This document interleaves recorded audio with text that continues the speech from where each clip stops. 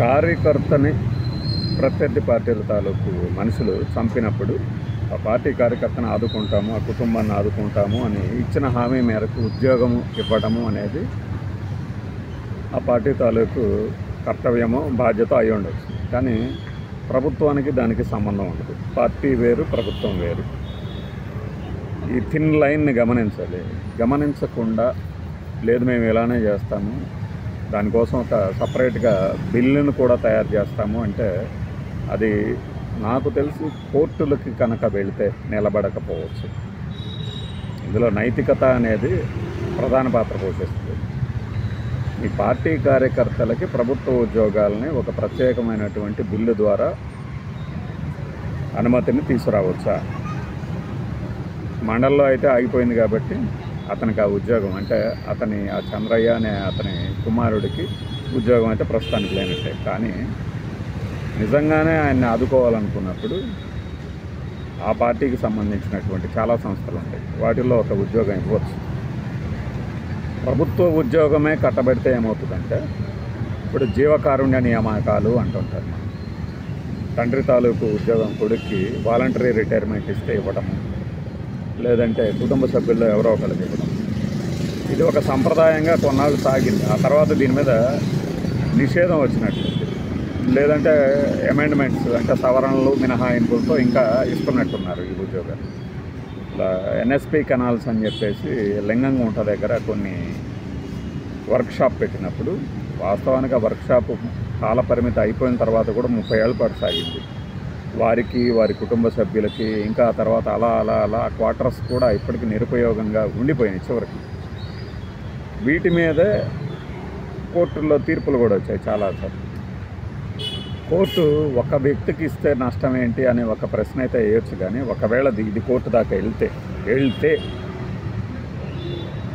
కానీ ఇది ఒక పాలసీగా తీసుకుంటే రాజకీయ దాడుల్లో ప్రాణాలు కోల్పోయినటువంటి ప్రతి వ్యక్తికి ఇది ఒక ఏమంటారు దిక్సూచి అవుతుంది అన్నమాట. ఈ బిల్లు నేను చెప్తున్నది క్లియర్గా అర్థం చేసుకోండి.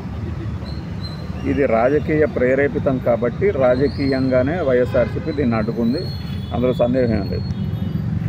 మన కార్యకర్తకి ఉద్యోగం ఇస్తుంటే వైఎస్ఆర్సీపీ అడ్డుపడింది అనేది టీడీపీ చేయబోయే వాదన ఆల్రెడీ ప్రచారం కూడా చేస్తారు. ఇన్విటబుల్, దాన్ని ఎవరు ఆపలేదు. కానీ లీగల్గా దీన్ని అడ్డుకుంటుందా లేదా అనేది చూడాల్సి ఉంటుంది.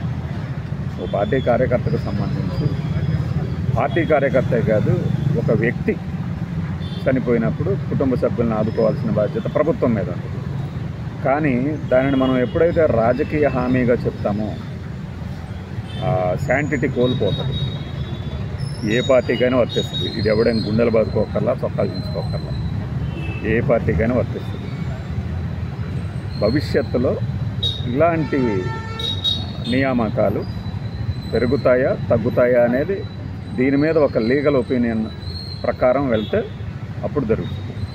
లేదనుకోండి, అధికారంలో ఉన్నారు కాబట్టి వాళ్ళు ఇచ్చేయగలుగుతారు. దాన్ని అభ్యంతర పెట్టింది కాబట్టి వైఎస్ఆర్సీపీ దుర్మార్గపు చర్యకు పాల్పడింది అంటారు. సింపుల్ అంతే. ఇప్పుడు ఫ్యాక్షన్లో చనిపోయిన కుటుంబాలన్నింటినీ ఎలా ఆదుకుంటున్నాయి అక్కడ సీమ జిల్లాల్లో? ఎవరన్నా అక్కడ ఫ్యాక్టరీలు స్థాపించారా? లేదంటే ఏదన్నా విద్యాలయాలు, అనాథ శరణాలయాలు ఇలాంటివి ఏమైనా పెట్టారా? ఏం లేదు కదా. కాబట్టి ఏంటంటే ఈ ఒక్క కేసుని మినహాయిస్తారా, లేదంటే ఈ ఒక్క కేసే తర్వాత కాలంలో వాటికి ఆధారభూతంగా చూపిస్తారా అనేది ఆసక్తికరం. అలానే రాజకీయంగా పెద్ద చర్చకు దారితీస్తుంది.